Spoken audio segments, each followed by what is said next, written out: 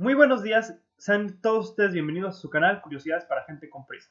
El día de hoy les traemos un nuevo libro acerca de el arte.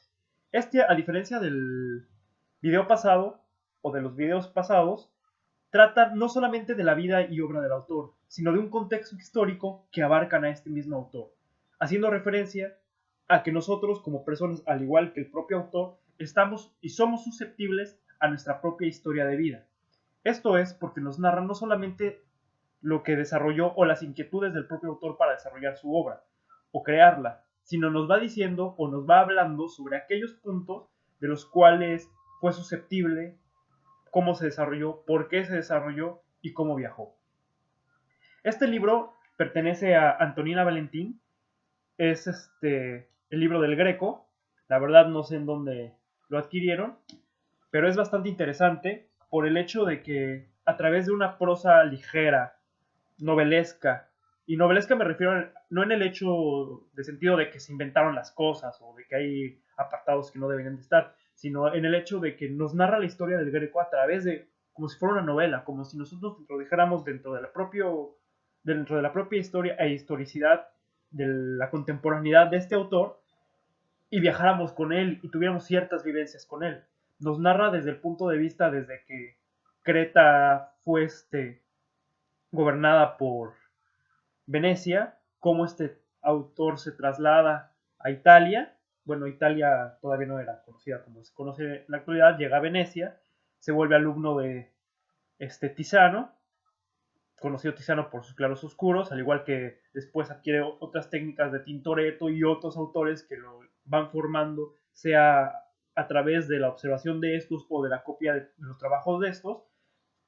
Nos habla de todo su periplo a través de lo que se conoce como Italia, de Venecia a Roma, y de Roma después pasa a España. Nos dice cuáles fueron sus motivaciones, cuál fue el choque de la cultura tradicional pictórica griega con el choque del Renacimiento, porque eran dos artes totalmente diferentes, uno proveniente más exclusivamente o influenciado más por el arte oriental, que de hecho a los pintores griegos se les conocía como los Madoneri por el hecho de que solían enfocarse generalmente a tratar vírgenes o pintar vírgenes, y él al plasmar ya el Greco como tal, a plasmar elementos más reales y elementos tal vez incluso más teatrales, ¿no?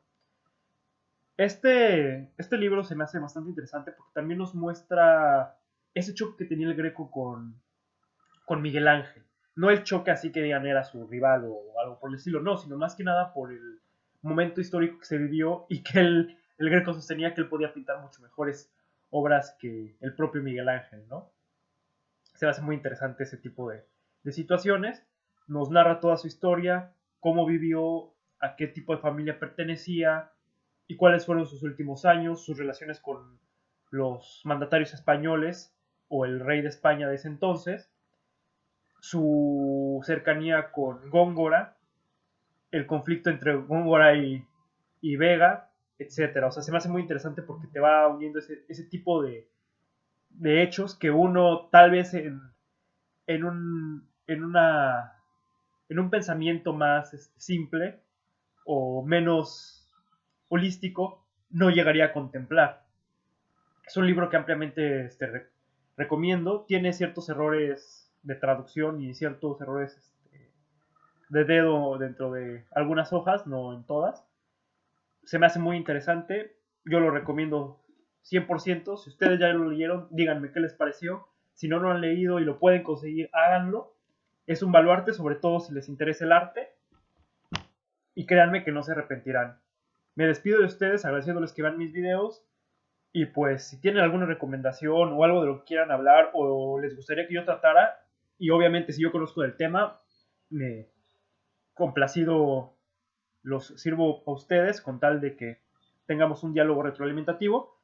Y pues me despido diciéndoles que hay que cultivarse, hay que leer para poder emprender un viaje nuevo en cada momento que atravesemos por medio de las hojas y establezcamos ese diálogo con el autor que nos lleva a su mundo y nos lleva a una contemplación de su propia mente y de sus propios recuerdos y sentimientos.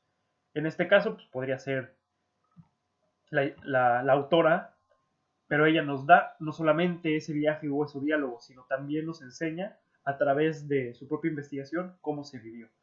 Muchísimas gracias y sin más me despido y hasta la próxima.